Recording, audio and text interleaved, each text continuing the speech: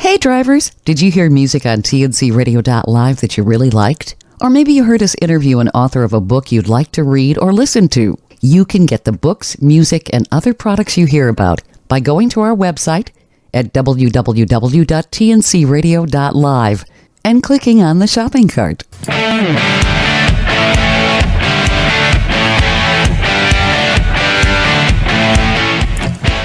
And welcome in, TNCRadio.live. We're live on a Wednesday night, and this is Keep On Talking. And now here are your hosts, Angie and Larry Baum. Welcome back, everybody. This is Angie. This is Larry with Tail Lights with the Baums. We're here with our good friend, Dawn.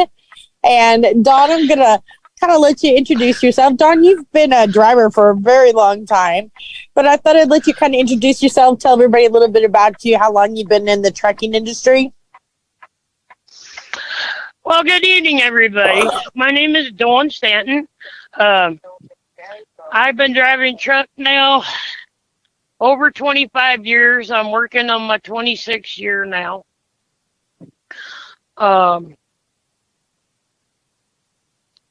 It's been a enjoyable career. It's had its ups and its downs. Now, I know you were talking before the show that you've driven a little bit of everything. You've driven reefer, you've driven vans, and what's been the thing that you like to drive the most?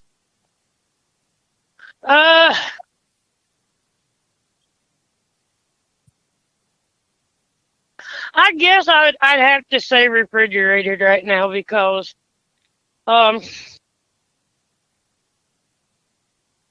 got to do things and go places that I normally wouldn't get to go with a dry van. Oh, yeah, absolutely. So you've been driving for over 25 years. So when did you first get started and who taught you? Did you have to go to the CDL school or did somebody in your family teach you? I had a wonderful uncle that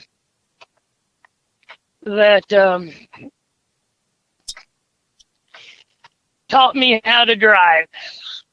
He had a Ford L9000 day cab.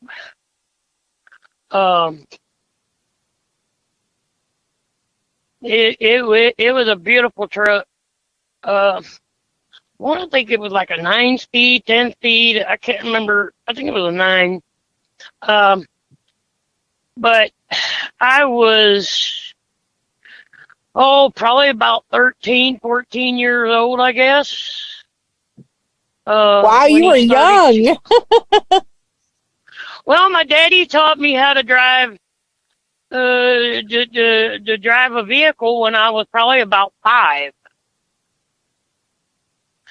I mean, no, okay, that's pretty cool. I couldn't see over the steering wheel, so I had to sit, up on my dad's lap, or they put a pillow on his lap, and I sat on the pillow. He did the gas and the brake, but I did the directionals and the turning and all that at 5 years old. Wow. Okay, that's impressive, Dawn. Well, because see, here's the thing. I love my mama to death, God rest her soul. She could teach you to do that, but when it came to other siblings, she couldn't do it because they would freak her out too much. And, me being 5 years old, and my dad's like, with her in the car, I'm going to let her drive. My mom's like, what? I'm going to let her drive. And she's like, are you sure? He said, well, she ain't going to be able to do anything but steer and make turns. That's it. He said, I'll do all the braking and all that. And my mom agreed to it. And she just sat there just peaceful as could be because my dad was calmly talking to me, telling me, about turns and things that I had to do. So it made it easier for him to teach me than it was for other siblings because they were I don't want to say they were incompetent. I think that their nerves, it had a lot to do with their nerves. But just, nerves got me the being better of them. Yeah, you take a 5-year-old kid and sit him on your dad's lap and you just stare in the wheel, you ain't got no nerves. They just threw you into it. Absolutely. Now, was your dad a truck driver, Don? No, my dad was he was a firefighter. He was on the ambulance, and he was a deputy sheriff. Wow. So he was like a first responder of all kinds. So he was dabbled in everything. Yeah. So it was your uncle that taught you how to drive. You said between like 13 and 14 years of age. Is that kind of when you started to kind of fall in love with trucking? Well, I started falling in love with trucking, when I was, 5, 6 years old, because my parents, because of what my dad did for a living and everything.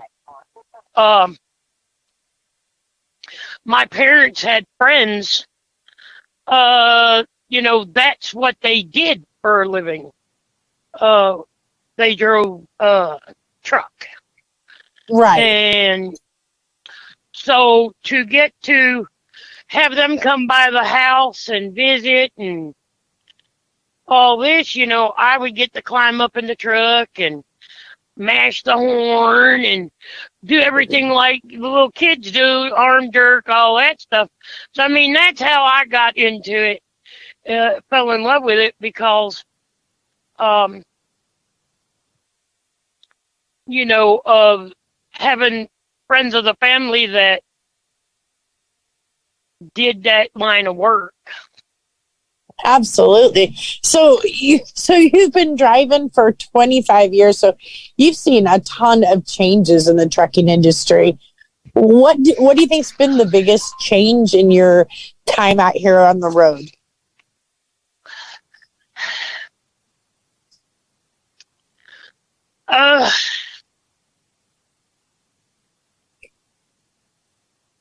There being, when I first started, years ago,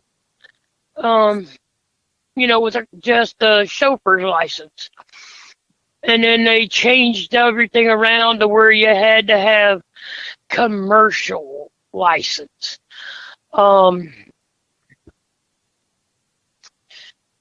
But I think the biggest change that I have really seen in the industry is that there are more women that are starting to step out, you would say, of their comfort zone. And, we're stepping into the trucking industry. Yeah, I'm sure when you started out, 25 years ago, because I know like when I've talked to Terry before, and she's been out here for about 30 years, there wasn't a whole lot of women on the road, So I'm sure that's probably been, one of the biggest things is you've seen so many more women come into the industry. Yeah. Back when I first started, it was horrible.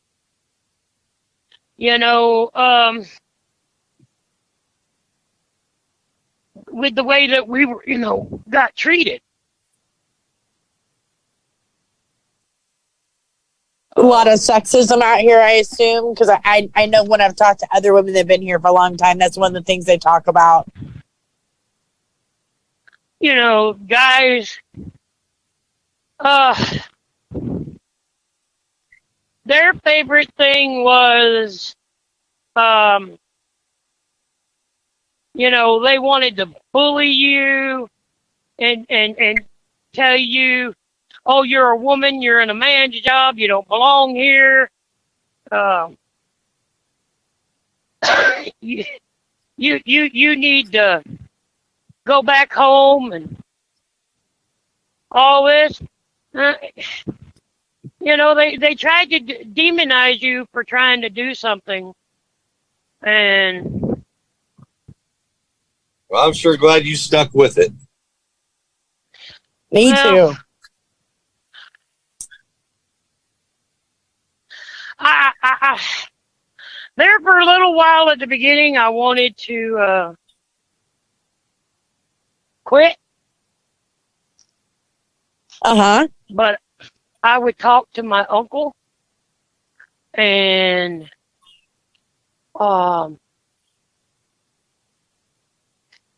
get pointers from him, and we're gonna take just a quick break here real quick, Dawn.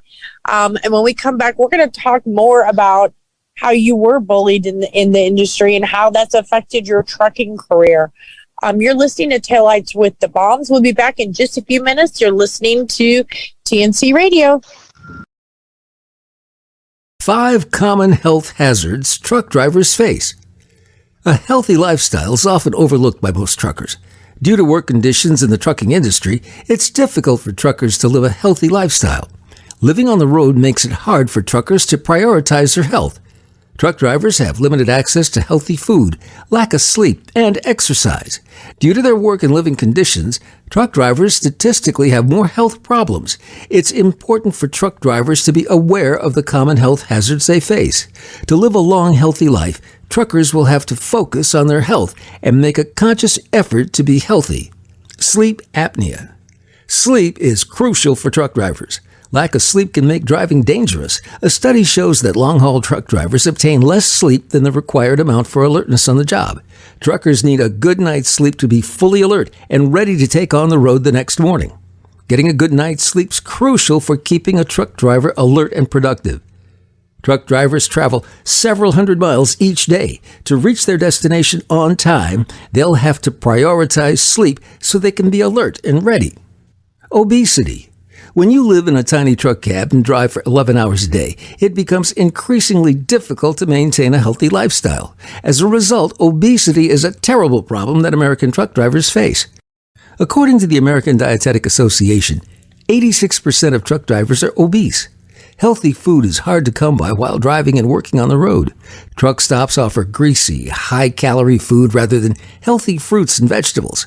It's important for truck drivers to be conscious of what they eat. There are many other health risks that come with fast food and truck stop food.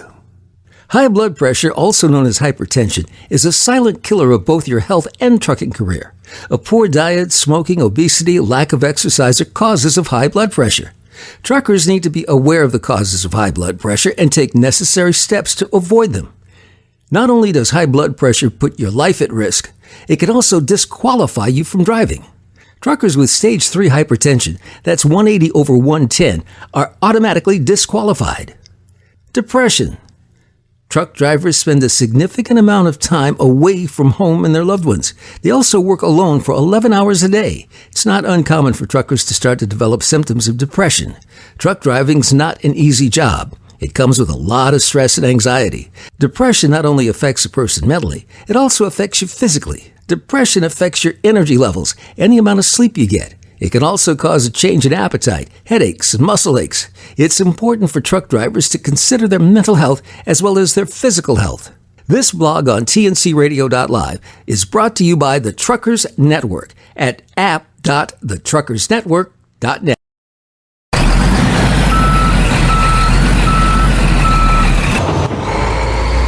tncradio.live, your commercial driver navigation station. Great leaders challenge their people not to stop at the first right answer. Tighten the Lug Nuts is the book that will help you move past that first right answer to be more effective, more productive, and more successful. This book serves as a blueprint that can be easily applied by leaders, entrepreneurs, truckers, owner-operators, all of us in our everyday lives. This is one of the best leadership books you can read to help you accelerate towards your personal and professional goals. Plus, a portion of the proceeds will be donated to truckerschristmasgroup.org. Visit tightentheLugnuts.com to order your copy today.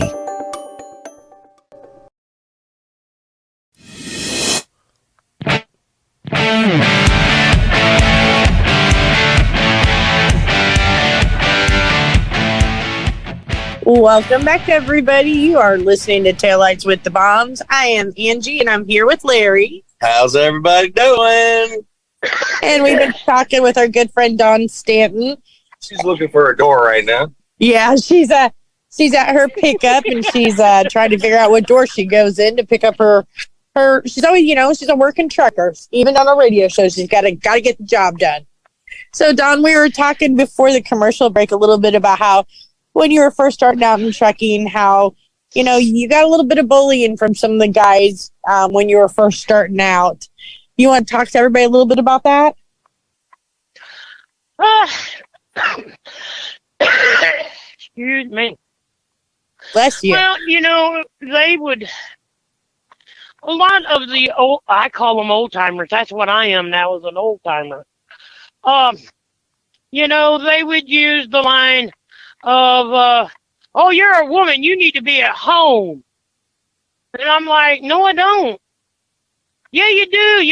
Women are supposed to be home, barefooted and pregnant, in the kitchen, yada, yada, yada. And I was like, look, dude, I don't need you to tell me what I need and where I'm supposed to be. You're not my daddy, you're not my mama.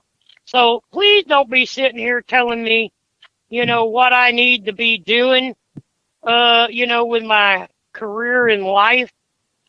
If I wanted that kind of explanation, I would definitely go home and ask my parents, because they're the ones that brought me into this world, and they give me better advice than you are. And the old boy just looked at me and he said, no, you sound like my wife.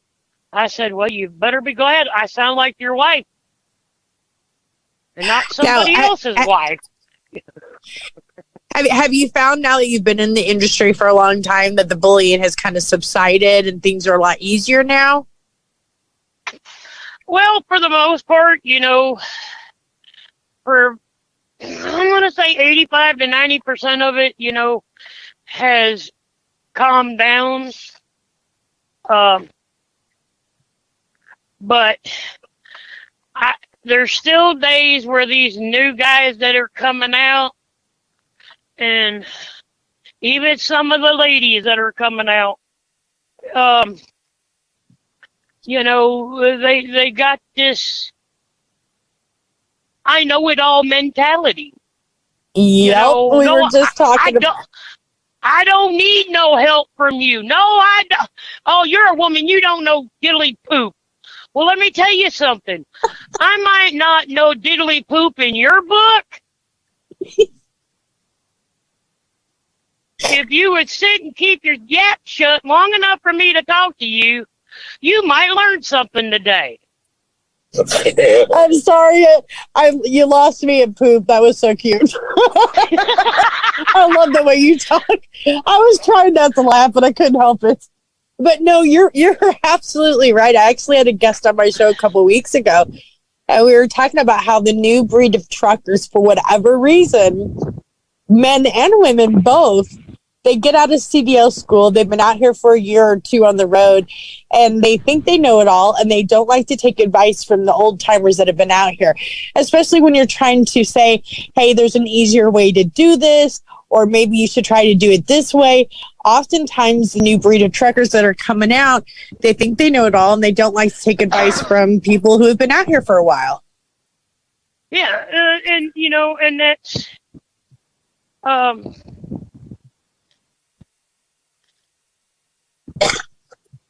It's heartbreaking, because, like I said, I consider myself an old timer now. Right. And my uncle, gave me all of his knowledge that he learned throughout his career. Uh-huh. Other people that,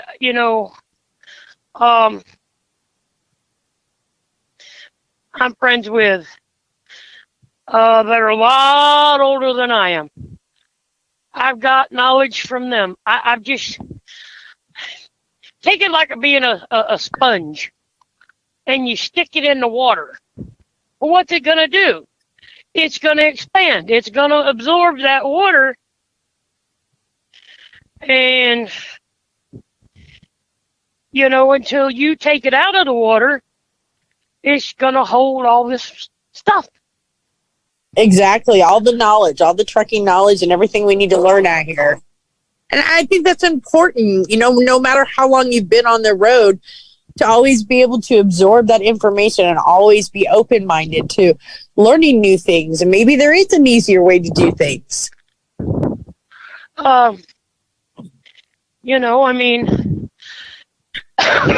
Like, dollying down your trailer. This, when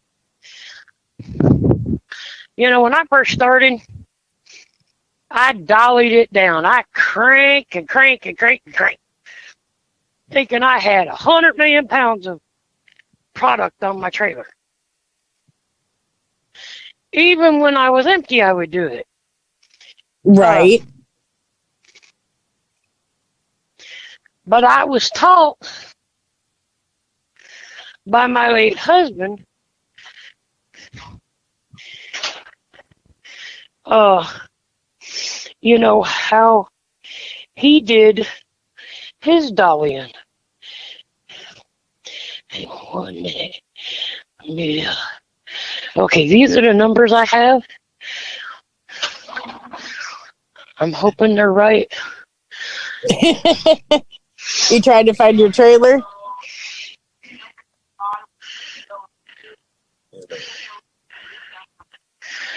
Okay.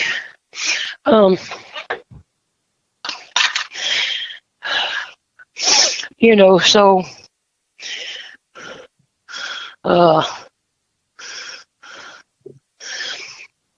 he took and,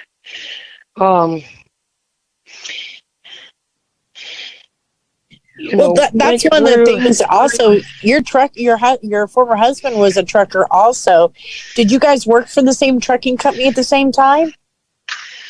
That's where I met him. Oh, that's cute. I had been running just regular freight, and I had broke my ankle. Oh my Lord.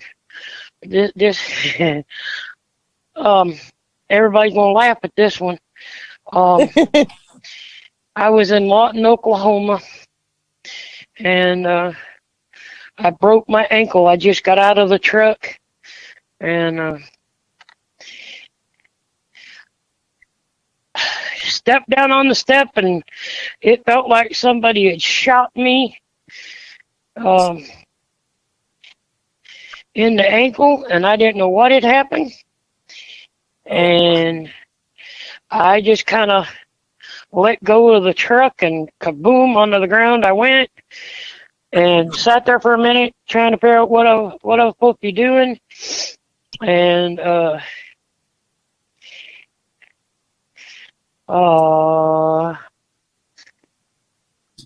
So that sounds pretty painful that you fell out of the truck and broke your ankle. Well, I broke it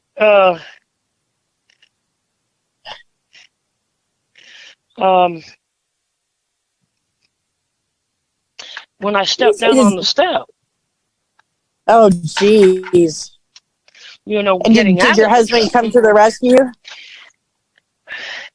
No. I wound up, after that happening, I dropped my empty and picked up a loaded trailer, and I hobbled around, and I was trying to figure out where, you know, if I had any kind of ace bandage, ice packs, anything, nothing. So I wound up driving the truck to the first truck stop I could find. And when I got to the truck stop, I took my fifth wheel puller and I used it as like a crutch and used it to hobble into the truck stop. They didn't have no ace bandage. They didn't have nothing. And so I wound up, I had arthritis pain relievers. So I took me some arthritis pain relievers, and I had a big cooler that I had filled with ice for my drinks and food. Well, you know, as the day progresses, it melts. So I stuck my foot in my cooler of ice water. And that's how I tried to keep the swelling down on my ankle.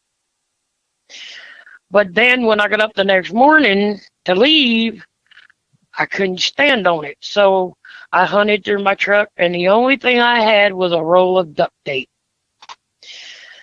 And I ruined 2 pairs of socks. Oh my gosh. By taking the roll of duct tape and duct taping my ankle to the point to where it wouldn't move, and I was able to push the clutch. Oh my gosh, that sounds so painful. Yeah, 256-339-855. We're going to take another commercial break, and when we come back, we'll be talking with Don. And Don, we'll talk about what was one of your scariest moments over the road. You're listening to Taillights with the Baums. We'll be back in just a few minutes.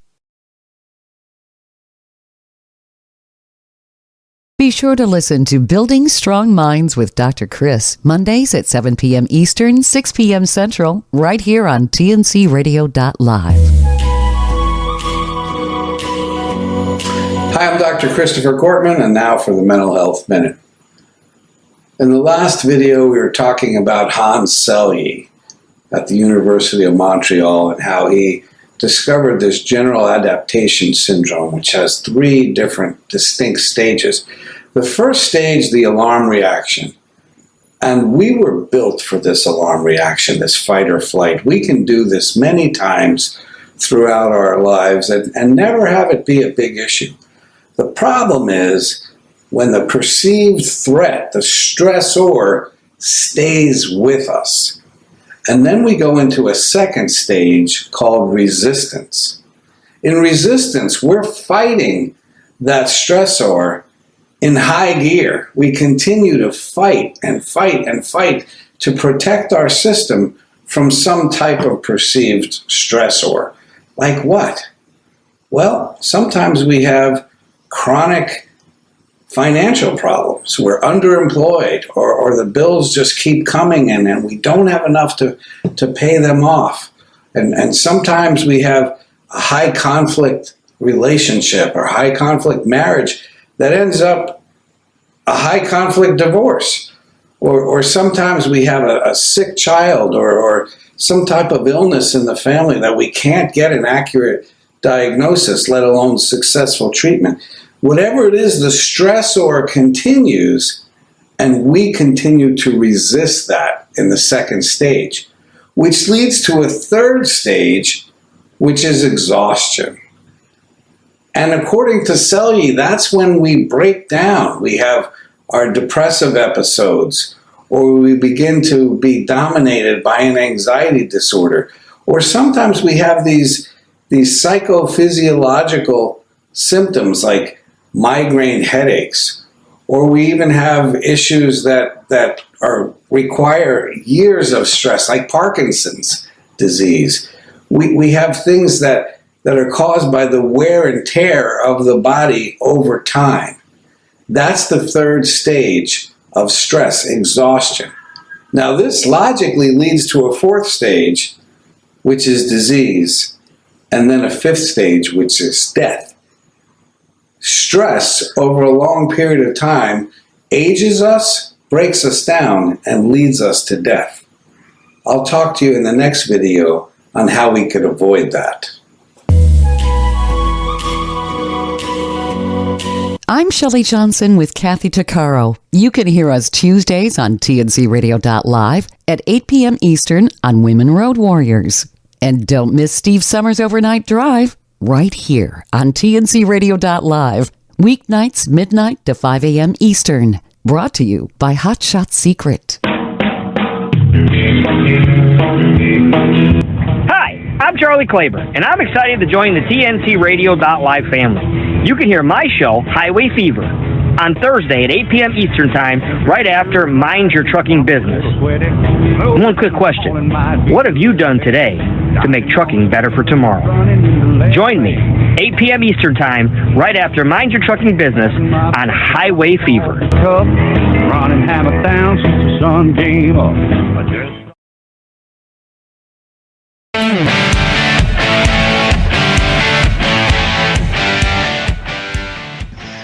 Welcome back, everybody. You are listening to Taillights with the Baums. I am Angie, and I'm here with my husband, Larry. Say hello. Hello. We've been talking with our friend, Don Stanton. And so, Don, before we went to the break, I had said we're gonna ask you, what was one of the scariest moments that you've had? Because I know you've been on the road for over 25 years, and I'm sure you've had a few scary incidents. But what's the one that stands out in your mind the most? The one that stands out in my mind the most, I was coming back from North Carolina. I was loaded, coming down I-85, and without warning, I had a right front steer tire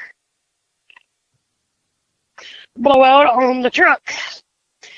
Oh, that's scary.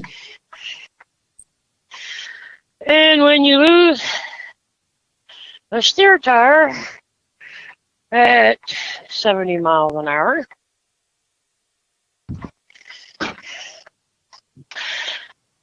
that will make that will put the fear of God into you. Absolutely. For those of you guys that may not be familiar, our steer tires are our front tires. And oftentimes when somebody does blow a steer tire, it can either push your truck into the right lane or left lane and even cause you to flip your truck. So it's a very scary, scary time. So what happened when you blew your right steer tire, Don? It shot me off the road. I went off the shoulder through the grass. Hoping that my rim, because I knew the grass was soft in places because of the rain, and I was hoping and praying that the rim would dig into the ground to slow the truck down. But it didn't do that. It was riding on the tire. The way it blew, it dropped the rim down onto the tire. So that put it to where it would not dig in. And so, I'm, doing the best that I can, to keep it from tipping over. And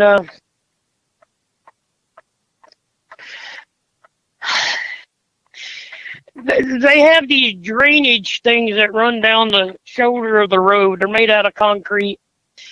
Oh, yeah. And it helps with the water during storms and all. And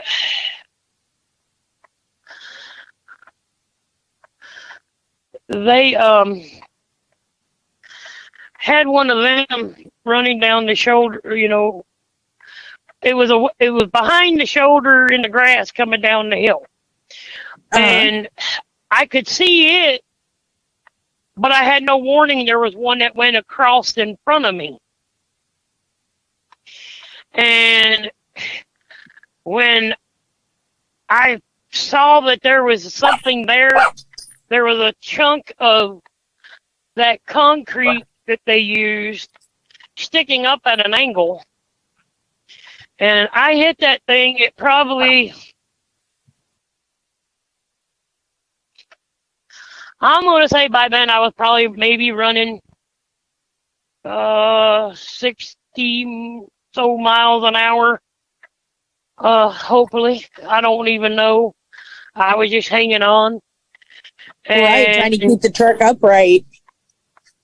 Once I hit that and come back down, it wasn't just a few minutes. It came to a stop, and it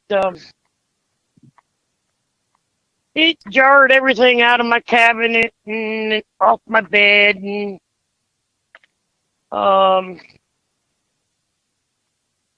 like that. But you know, people asked me afterward.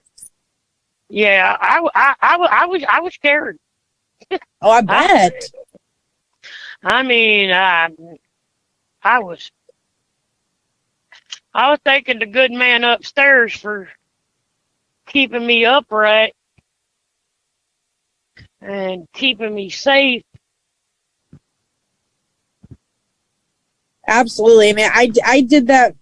I'd only been driving for 6 months, and I had a pickup truck that was in front of me. I was in downtown Nashville, and he had a ladder in his back of his truck, and he didn't have that ladder secured, and it hopped out of the back of the truck, and I had cars on both sides of me, so I couldn't swerve in either direction. So I had to drive over that ladder. I had no choice. And I wound up blowing my first steer tire. And I'd only been driving for 6 months. And I was doing 70 miles an hour. And you were in doubles. And I was in doubles. And I don't know how I kept that truck upright. But that was by far the scariest thing I'd ever been through. So I know what you're talking about. You know, and I did. I had people ask me, you know, did you have to change your underwear? No. How I was fortunate that I didn't, you know, it was beyond me. You know, when you're running 70 miles an hour coming down a hill and, you know, out of no warning, again, boom! And there goes the front part of your truck up over the up the windshield and over the top of the truck. And you know, and you're sitting there going, oh, Lord. And you're just hanging on, you know, because that's all you can do is hang on. You know, yep. you know, and now I'll tell you this, and people are going to laugh at me. You know, people give Swift a bad name. Yes, I know Swift drivers are bad at times. But I have to take my hats off to the young man that worked for Swift that stopped and came and checked on me and made sure I was okay. And he brought me a bottle of water and some fruit.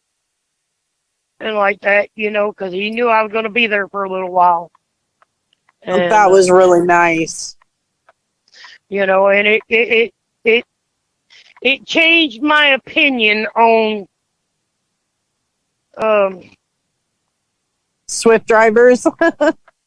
Yeah, the company. Yeah, you know, I think they get such a bad rap.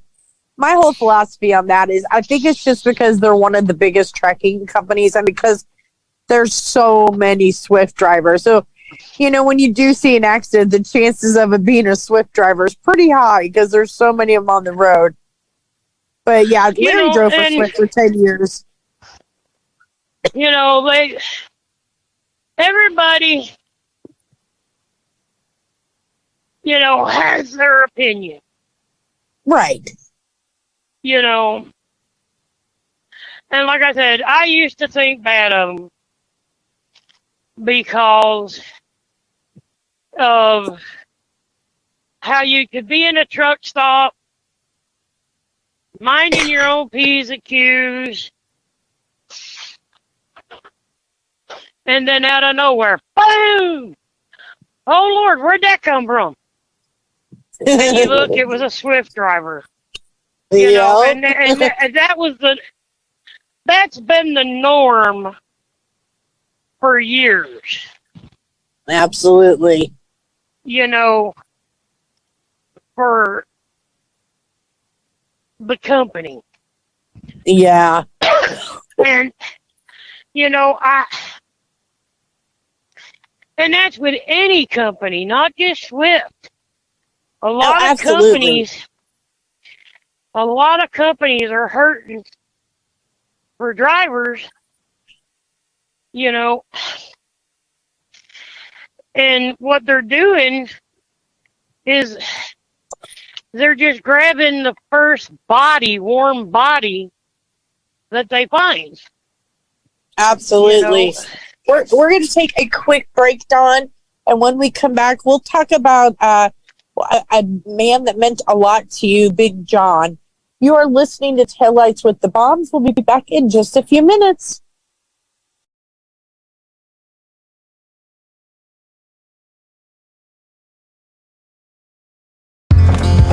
As a professional driver, the engineers at Front Lane know that you remain focused on the road regardless of weather and traffic conditions.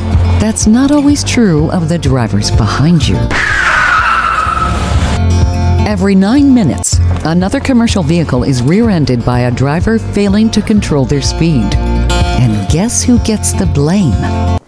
When you have to brake quickly, Tailbone illuminates a series of bright LED lights that allow the driver behind you to react up to 50% faster. Using amazing accelerometer technology and a battery that will last for years, Tailbone meets the standards set by the NHTSA and the FMCSA. Learn more by visiting www.frontlane.com/tailbone. That's www.frontlane.com/tailbone. Approved in all 50 states. It's Tailbone by Front Lane. This info blog on tncradio.live is brought to you by the Truckers Network at app.thetruckersnetwork.net. Mental health resources for truck drivers. Truck drivers are the backbone of America. They're the unsung heroes. Nearly every good consumed in the United States has been transported in a truck. Because of how challenging truck driving is, truck drivers often portray the image of being tough. Mental health is not a discussion that many truckers will have among each other. The truth is, truck drivers are human. They have their emotional and mental struggles just like every other working American. The only difference is that truck drivers face unique factors that put them more at risk for depression and other serious mental health issues. According to the Transport Workers Union, 1 in 5 truck drivers has experienced mental health issues. Depression and anxiety are the top mental issues that truck drivers face. Mental health resources for truck drivers. With truck drivers spending more time on the road than at home, it can be difficult to get help for their mental health struggles. Now, thanks to modern-day technology, truck drivers can get help right from their smartphones. Esper. Esper is a national behavioral health company with a mission to help people and organizations reach their full potential. Esper offers a continuum of behavioral health care from acute to chronic health conditions to leadership development, including Fit to Pass, a coaching program to assist professional drivers in maintaining good health and pass their DOT recertification physical exams. BetterHelp. BetterHelp is the world's largest e-counseling platform. They have access to licensed, trained, experienced, and accredited psychologists, marriage and family therapists, clinical social workers, and board-licensed professional counselors. To get starters, take a quick questionnaire and BetterHelp will match you with a therapist that's right for you. Mutts for Trucks. Mutts for Trucks is an organization that helps truck drivers find the perfect four-legged friend for the road. Their mission is to bring more good to a community that brings so much good to us. It's been proven that owning a dog can drastically decrease isolation, depression, and cardiovascular disease. The National Suicide Prevention Lifeline is a national network of local crisis centers that provides free and confidential emotional support to people in suicidal crisis or emotional distress 24 hours a day, 7 days a week. Their number is 1-800-273-8255. That's 1-800-273-8255.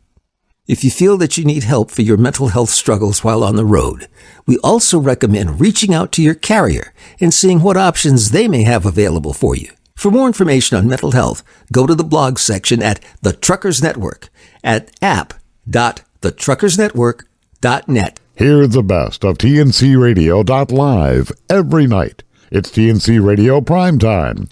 Interviews, music, information, and news you can use every night. 7 to 9 Eastern, 6 to 8 Central, TNC Radio Primetime. Hello, I'm Ron Samuels. I put it in reverse gear here Monday through Thursday nights at 10, 9 Central on TNCRadio.live. Do you believe in the power of prayer? Whether you're moving down the highway or taking a break, now's a good time to take a moment to tell God your hopes, concerns, and gratitude. You want someone to pray with? No problem. Just call the TFC Global 24-Hour Prayer Line. It's 866-515-9406. By the way, if you're using the TNCRadio.live app, just press the prayer line button to be connected to a prayer warrior who will confidentially pray with and for you. The number again, 866-515-9406, or tap the prayer line button at the TNCRadio.live app.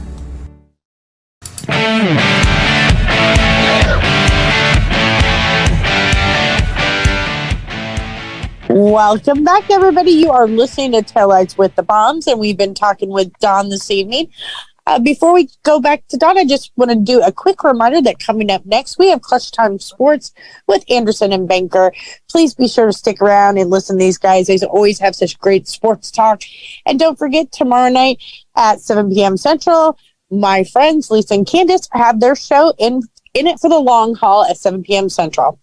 Now, Don, before we went to the break, we talked about someone that meant a lot to you. His name was Big John, and he'd been a truck driver for about 58 years. You want to tell us a little bit about Big John? Yeah, Big John. I met Big John when I was, probably in my late 20s, maybe early 30s. And when I say Big John, everybody thinks, oh God, this man stands 6 foot tall, probably built like a brick building. No. He had that nickname of Big John that was given to him when he was a young kid. Uh-huh.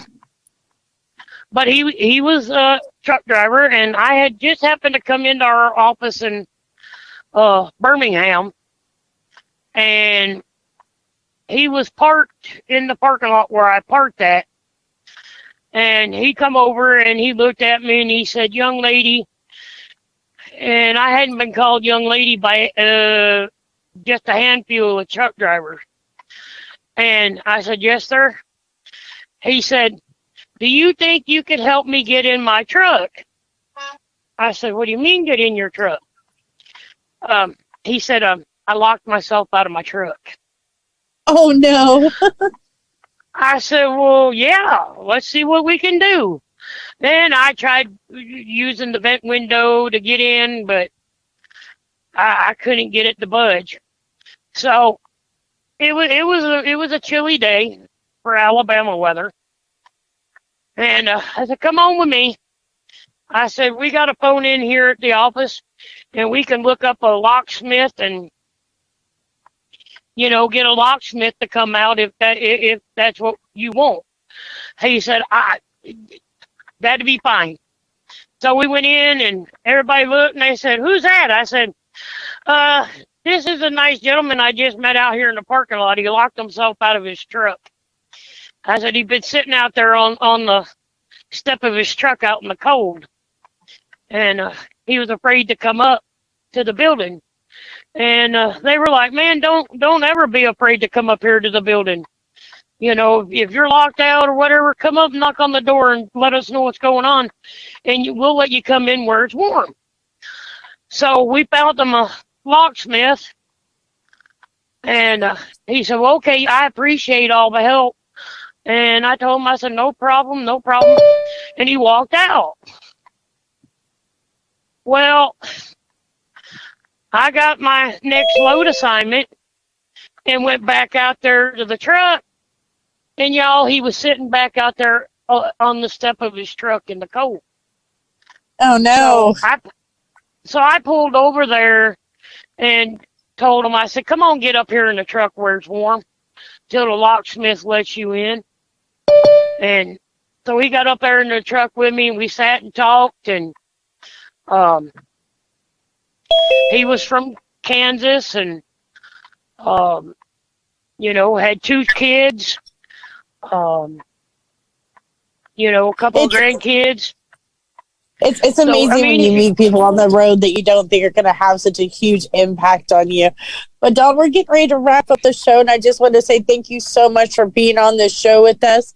Just a quick reminder to everyone, Clutch Time Sports is coming up next with Anderson and Banker, and don't forget, we'll be back here next Wednesday with Taillights with the Baums. And next week, we will have a special guest with us with 18 Lives Matters. Thank you so much for being with us, Dawn, and we're definitely going to have you back on here. Oh, I appreciate it. And for anybody that is looking to get into this career that's a woman, don't be afraid to look me up on Facebook or look Angie up. And we'll talk to you. Absolutely. And you can find Dawn on Facebook. She is Dawn Stanton on there. Be sure to look her up, especially if you have any questions or you're interested in coming in the industry. She is a great person to talk to. You be safe out there, Miss Dawn. Thank you so much. And we'll see you guys all back here next Wednesday, 7 p.m. Central for Taillights with the Baums. Be safe, everybody.